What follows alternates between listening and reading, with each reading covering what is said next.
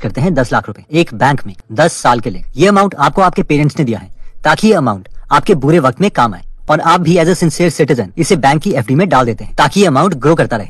अब 10 साल के बाद एक इमरजेंसी सिचुएशन आती है जिसमें आपको 30 लाख रुपए के आसपास चाहिए और आपको याद आता है कि आपने 10 लाख रुपए 10 साल पहले बैंक में डाले थे। आप सोचते हो कि उस अमाउंट से आपकी काफी हेल्प हो जाएगी क्योंकि वो अमाउंट बढ़ के 18 से 19 लाख तो हो ही गया होगा। लेकिन जब आप बैंक जाते हो तो आपको पता चलता है कि वो अमाउंट 18 लाख रुपए नहीं बल्कि 9,27,500 रुपए बचा है। आप में से काफी लोगों को लगेगा कि यार ऐसा नहीं हो सकता, लेकिन अनफॉर्चुनेटली ये कैलकुलेशंस रियल हैं और इसमें हमने रेट ऑफ इंटरेस्ट -0.75% लिया है जो कि स्विट्जरलैंड के बैंक का रेट ऑफ इंटरेस्ट है। आई नो हमें से काफी लोग इस बात पर शॉक्ड होंगे बट दिस इज रियलिटी।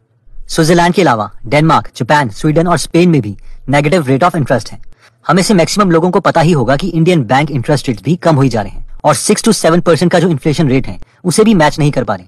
यानी हमारे पैसों की परचेजिंग पावर तो कम हो ही रही है और हो सकता है कि हमारे देश में भी एक टाइम आएगा जब इंटरेस्ट रेट नेगेटिव हो जाएंगे और तब हम क्या करेंगे। इसका एक ही आंसर है कि हमें अपनी फाइनेंशियल एजुकेशन को बढ़ाना पड़ेगा। और आज की वीडियो इसी टॉपिक के ऊपर है कि कैसे हम इन्वेस्टमेंट को समझकर इन्वेस्ट कर सकते हैं। एज अ बिगनर या इवन वो लोग जो इन्वेस्टमेंट में एक्टिवली पार्टिसिपेट नहीं कर सकते उन्हें इंडेक्स फंड को समझना ही पड़ेगा। तो मैं कोशिश करूंगा कि आपको बच्चों की भाषा में स्टोरी की फॉर्म में इंडेक्स फंड्स को समझा पाऊं। So let's start my dear brothers and sisters. देखिए, जब भी कोई कंपनी बनती है तो उसे ग्रो करने के लिए पैसे चाहिए होते हैं। एक तरीका पैसे इकट्ठे करने का ये होता है कि कंपनी के ओनर्स कंपनी का कुछ हिस्सा शेयर में कन्वर्ट करके उसे बेच दें। लेट्स से कि एक कंपनी है और उस कंपनी के ओनर को पैसे चाहिए, तो वो ओनर अगर अपनी कंपनी का 10% 1 लाख शेयर्स में कन्वर्ट कर देते हैं तो आप और मेरे जैसे कॉमन पब्लिक उन शेयर्स को खरीद सकती है। लेट्स से कि हम सब ने मिलकर 10 लाख रुपए दे दिए इस कंपनी को 1 लाख शेयर्स के बदले। अब इससे हुआ ये कि कंपनी के उसको रुपए मिल गए अपनी कंपनी के 10% शेयर्स बेचने पर, जिससे वो अपनी कंपनी को ग्रो कर सकते हैं और हमें एक बिजनेस का छोटा सा टुकड़ा मिल गया जो कि शेयर्स हैं। अब अगर ये कंपनी ग्रो करती है तो हमारे शेयर्स की वैल्यू बढ़ेगी जो कि बैंक रेट के इंटरेस्ट से ज्यादा हो सकती है। अब आप सोचेंगे यार ये तो सही है, मगर हम ऐसी कंपनीज ढूंढे कैसे जो ग्रो हो। और ऑब्वियसली अगर हम एक बिगनर है तो ये थोड़ा डिफिकल्ट टास्क है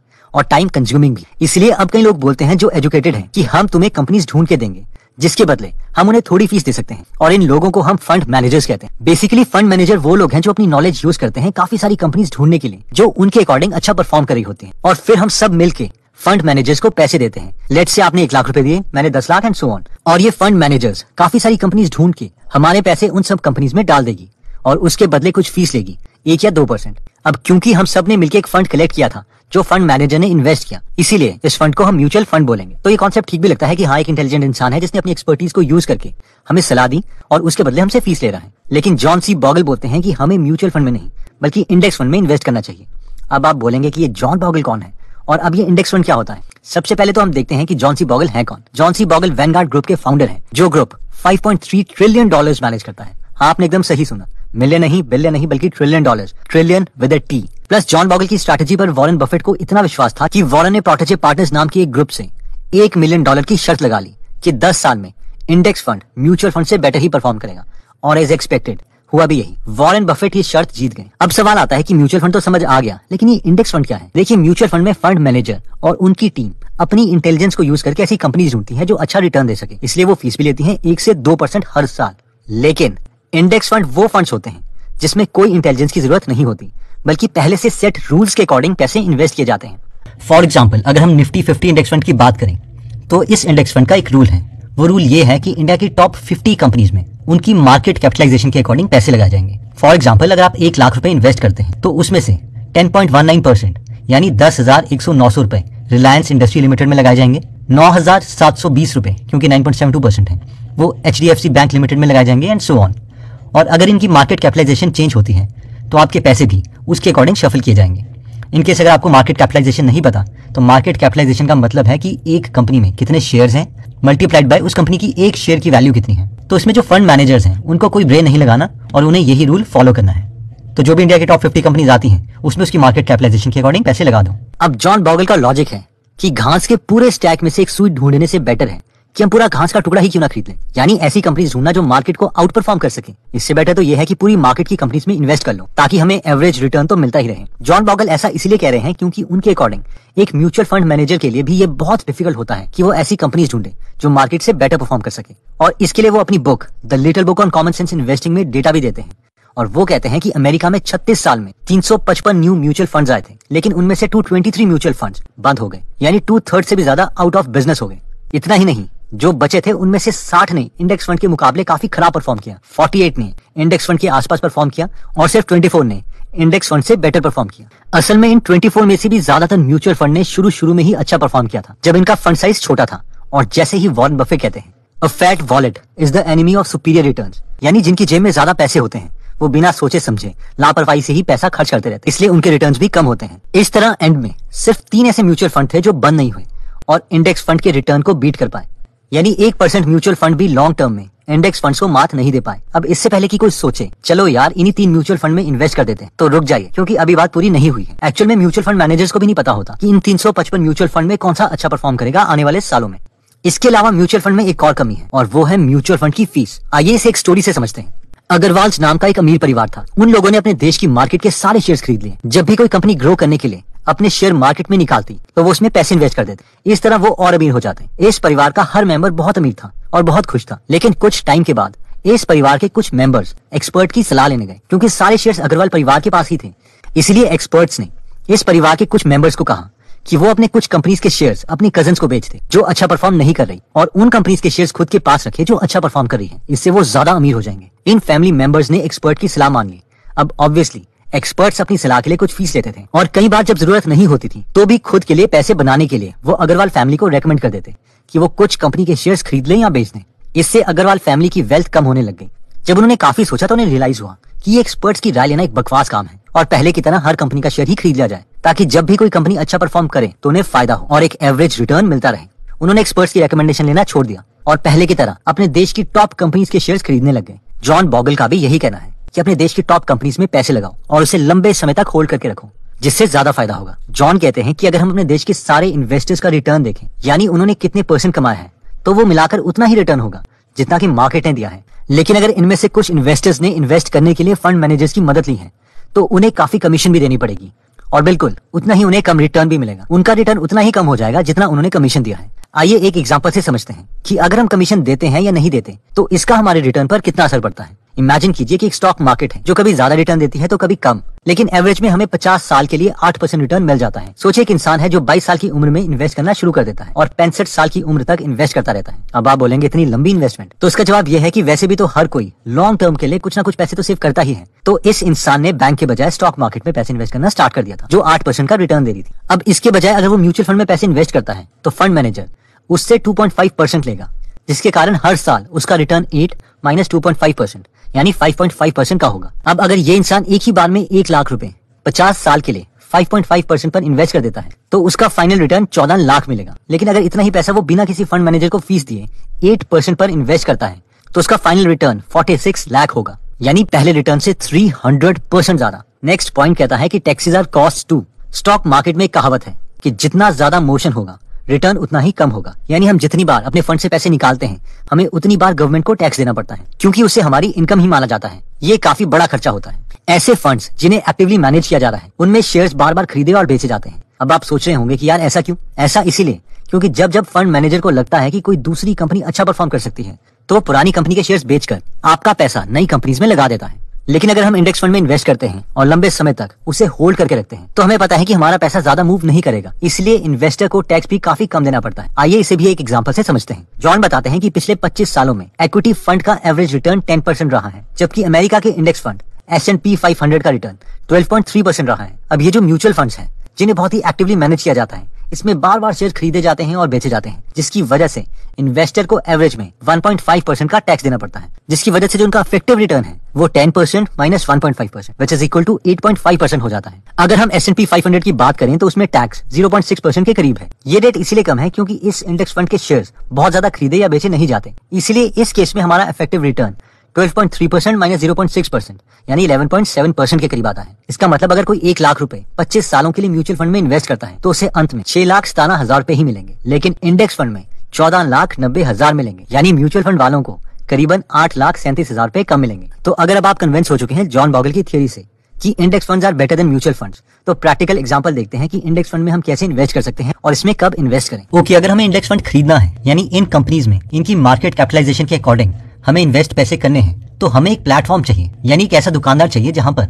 ये सामान बिक रहा हो। तो मैं just for the sake of example grow का एग्जांपल ले लेता हूं। ये कोई स्पॉन्सर्ड वीडियो नहीं है, मुझे इनका यूआई अच्छा लगता है तब मैं इसका एग्जांपल ले रहा हूं। तो सबसे पहले सवाल ये आता है कि ये जो भी प्लेटफॉर्म हम यूज करेंगे, लेट्स से ग्रो, तो क्या ये सिक्योर्ड है कि नहीं, या जिस भी प्लेटफॉर्म के थ्रू हम इन्वेस्ट करेंगे उनका हम सर्टिफिकेट देख सकते हैं। तो यहाँ पे ये सेबी का सर्टिफिकेट है, security and exchange board of India limited. तो यहाँ पे सेबी ने इनको ये सर्टिफिकेट दिया हुआ है कि ये एज अ ब्रोकर एक्ट कर सकते हैं। तो एक्चुअली में जो ग्रो की कंपनी है उसका नाम है next billion technology private limited, और ये सर्टिफिकेट आप सेबी की वेबसाइट में जाके भी कंफर्म कर सकते हैं। सेकंड जो डाउट आता है वो ये है कि अगर हम ग्रो में पैसे इन्वेस्ट करते हैं और ग्रो वाले पैसे लेके भागे तो क्या होगा। तो एक्चुअल में ऐसा नहीं होता। हम ग्रो को पैसे देते हैं और जो भी इनकी डीलिंग होती है उसके अकॉर्डिंग जिसमें भी हम पैसे इन्वेस्ट करेंगे वो पैसे उस प्लेटफॉर्म में चले जाते हैं। लेट्स से अगर हम आईसीआईसीआई का prudential technology direct plan growth खरीदते हैं तो एक बार अगर ट्रांजैक्शन हो गई है तो पैसे आईसीआईसीआई के पास होंगे, ना कि ग्रो के पास। जब हम इसमें इन्वेस्ट करेंगे तो ये आईसीआईसीआई वाले हमें ईमेल भी सेंड करते हैं कि आपके पैसे हमारे पास आ गए हैं। हम इनके बैंक में जाके भी कंफर्म कर सकते हैं। अब अगर बैंक ही भाग गया तो ऑब्वियसली हम कुछ नहीं कर सकते। तो जिस भी बैंक में आपको भरोसा है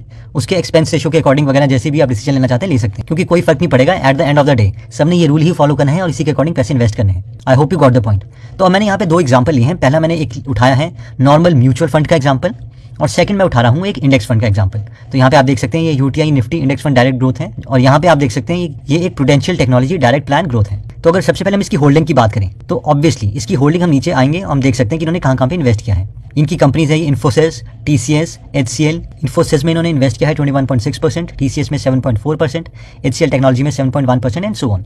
अब क्योंकि ये फंड मैनेजर अपना ब्रेन यूज कर रहे हैं, यानी इनके अकॉर्डिंग ये परफॉर्म अच्छा कर सकती है, इसीलिए इनकी जो एक्सपेंस रेशो है यानी इनकी कमीशन वो इंडेक्स फंड के कंपैरेटिवली ज़्यादा होगी। तो यहाँ पे ये क्या है 1.16%।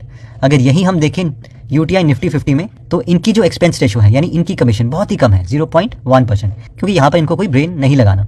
ये इस केस में भी 1.16% आ गई, वरना ये 2% के आसपास होती थी, क्योंकि ये डायरेक्ट प्लान है। अगर ये डायरेक्ट प्लान नहीं होता तो एक्सपेंस रेशियो ज़्यादा होता। अब एक्चुअली यूट्यूब और बाकी प्लेटफॉर्म की वजह से यूजर्स को इन्फॉर्मेशन आ गई है तो हम हमेशा डायरेक्ट प्लान ही खरीदते हैं, इसलिए इसका एक्सपेंस रेशियो जो है वो 1.16% है और इसका कितना है 0.1%। फिर भी आप देख सकते हो ये इसके 10 टाइम्स ज़्यादा है। एनीवेज, तो अगर आप इस फंड में इन्वेस्ट करते हैं तो आपको 100 रुपये का आप सिप स्टार्ट कर सकते हैं, यानी 100 रुपये पर मंथ आप दे के इस फंड में स्पेंड कर सकते हैं। यहाँ पर सिप अमाउंट है 500 रुपीज़।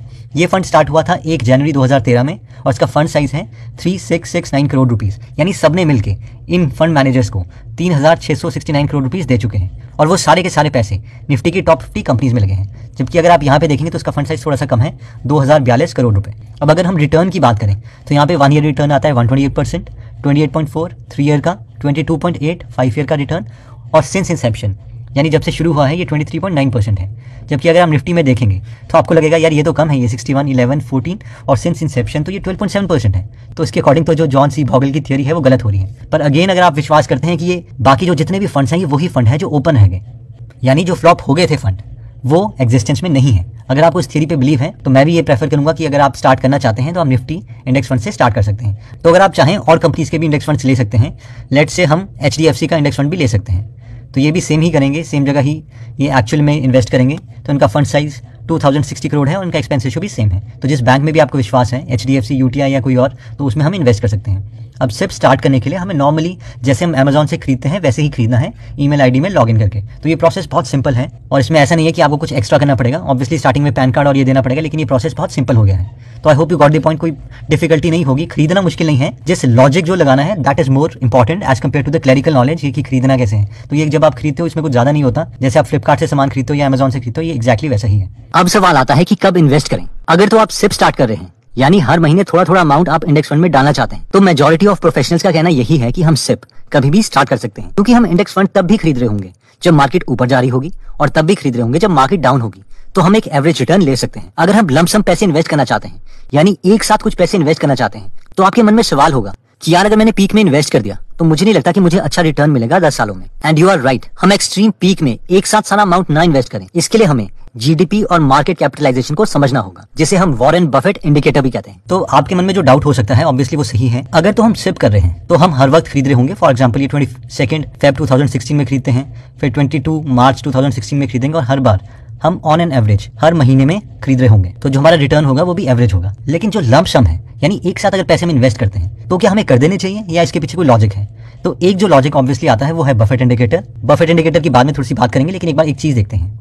लेट्स से हम ये कैलकुलेटर साथ में उठा लेते हैं। अब हम देखते हैं कि अगर हम यहाँ पे इन्वेस्ट करते हैं, यानी जब इसकी एनएवी की वैल्यू थी 344, क्योंकि ये पीक है तो ऑलमोस्ट पीक में जब हम आगे जाते हैं, ये डेट थी 2018 अगस्त, और यहाँ पे हम दोबारा से आते हैं ऑलमोस्ट 1-1.5 साल के बाद, और यहाँ पे हो गया ये 370। तो हमने क्या किया था, 344 पे खरीदा और हमने वेट भी किया क्योंकि हमने पीक पे ही खरीदा और इस टाइम भी पीक ही है। तो 344 और ये आ गया 367 अप्रॉक्सीमेटली। तो यहाँ पर हैं 367, लेट्स से हम 367 में बेच रहे हैं। 367 minus 344 is equal to 23 divided by 344। तो हम ये परसेंटेज रिटर्न देख रहे हैं मल्टीप्लाइड बाय ऑब्वियसली 100। तो इसमें अगर आप देखेंगे तो ये 6% के आसपास का रिटर्न है। तो ये लगता है 15% तो हुआ नहीं, हमने 2 साल भी वेट किया। लेकिन अगर हम यहाँ पे देखें, यहाँ पे हमने खरीदा 256 और यहाँ पे हमने बेचा 466। तो 256 और 456 पे देखते हैं। 456 minus 256 divided by 256 multiplied by 100। तो यहाँ पे जो रिटर्न है, अगर आपने बिल्कुल लो पे खरीदा होता और अभी आसपास आप देख रहे होते तो 78% का रिटर्न आ गया है। तो आप ये बोलोगे बहुत ही अनप्रेडिक्टेबल है। तो ऑब्वियसली मार्केट महंगी है या सस्ती है, उसके लिए हमारे पास है बफेट इंडिकेटर। तो ये वॉरेन बफेट ने एक इंडिकेटर बताया था कि एक हमारे पास एक फॉर्मूला है, अगर एक ही फॉर्मूला चूज करना हो तो वो फॉर्मूला होगा ये बताने के लिए कि वो मार्केट उस वक्त महंगी है या बड़ी। वो बोलते हैं कि मार्केट कैपिटलाइजेशन का जीडीपी के साथ रेशो ले लो, यानी जो स्टॉक मार्केट कैपिटलाइजेशन है और जो जीडीपी है, इसका अगर आप रेशो लोगे तो वो हमें बताएगा कि मार्केट सस्ती है या महंगी है। तो अगर वो रेशो 54% से कम आता है तो हम बोलेंगे कि बहुत ही सस्ती है। अगर वो रेशो 54 और 70 के बीच में आता है तो मॉडेस्टली अंडरवैल्यूड है, यानी ठीक ठीक लोअर साइड में है। 70 से 85 तक आते हैं तो फेयर वैल्यूड है, यानी ना महंगी है ना सस्ती है। 85 से 101% आता है तो मॉडेस्टली ओवर वैल्यूड है, यानी थोड़ी सी महंगी है। और 101 से ज़्यादा आता है तो सिग्निफिकेंटली ओवर वैल्यूड है। तो इसमें रेशो में हम क्या करते हैं, ऑब्वियसली जैसे बताया था कि जो मार्केट कैपिटलाइजेशन है सारी कंपनीज की, यानी अगर हम निफ्टी 50 की मार्केट कैपिटलाइजेशन ले लें और वो जस्ट से 26.1 ट्रिलियन है। आई डोंट थिंक ये इंडिया का एग्जांपल है क्योंकि हमारी शायद जो जीडीपी है वो 2.5 ट्रिलियन के आसपास है, but for the sake of example ये 26 डिवाइडेड बाय 17.2 आ गया, तो ये 151.7% आ गया। अगर ये रेशियो इतना आ जाता है तो हम कहेंगे कि जो मार्केट है वो बहुत महंगी है। तो अभी राइट टाइम नहीं है कि हम लंप सम एक साथ पैसे इसमें इन्वेस्ट कर दें। तो अगर अभी हम चेक करना चाहते हैं कि मार्केट सस्ती है या महंगी है, यानी क्या एक साथ लंप सम पैसे इन्वेस्ट कर दिए जाए या नहीं, तो हम क्या करेंगे, तो हम इनका रेशियो लेंगे। तो आप ग्राफ्स में वैल्यू देख सकते हैं। ओके, तो ये इंडिया की जीडीपी है और ये मार्केट कैपिटलाइजेशन है। तो अब हम क्या करते हैं, इनका रेशियो लेते हैं। तो सबसे पहले इंडिया के टोटल मार्केट कैप देखते हैं, यानी कंपनीज, सारी कंपनीज को अगर हम ऐड कर दें तो उनकी टोटल मार्केट कैपिटलाइजेशन क्या आएगी, वो आएगी 183,225 बिलियन रुपीज़। तो उसको हम लिख लेते हैं 183,225 डिवाइडेड बाय इंडिया की जीडीपी इस वक्त क्या चल रही है। तो अगर हम यहाँ पे देखें तो ये क्लोज टू है 190,340 के आसपास, 190,340। तो हमने इसको डिवाइड किया 190,340 मल्टीप्लाइड बाय 100। तो ये हमारा इंडिकेटर आ गया 96.26%। तो हमने क्या देखा था, अगर 96% के आसपास आ रहा है तो क्या सस्ती है मार्केट या महंगी है। अगर रेशियो 90 से ज़्यादा आ रहा है, अभी कितना आ रहा है 96%, तो ये सिग्निफिकेंटली ओवर वैल्यूड है, यानी अभी एक साथ लंप सम पैसे इन्वेस्ट करने का मतलब नहीं बनता। यहाँ पर भी फेयर वैल्यूड में भी नहीं है। अगर आपका इसके आसपास नंबर आ जाए 49, 50 के आसपास, तो काफ़ी अच्छे चांसेस होते हैं कि ये राइट टाइम है कि हम लंप सम पैसे इन्वेस्ट कर सकते हैं। बट स्टिल डिसीजन आपका है और आप बाकी भी रिसर्च कर लीजिएगा लंप सम पैसे इन्वेस्ट करने से पहले। तो दोस्तों, इस वीडियो में हमने जॉन सी बॉगल की थ्योरी देखी कि क्यों index funds are better than mutual fund. इसके बाद हमने देखा कि कैसे हम इंडेक्स फंड खरीद सकते हैं और प्रोफेशनल्स के अकॉर्डिंग कब हमें स्टेप स्टार्ट करनी चाहिए और कब लंप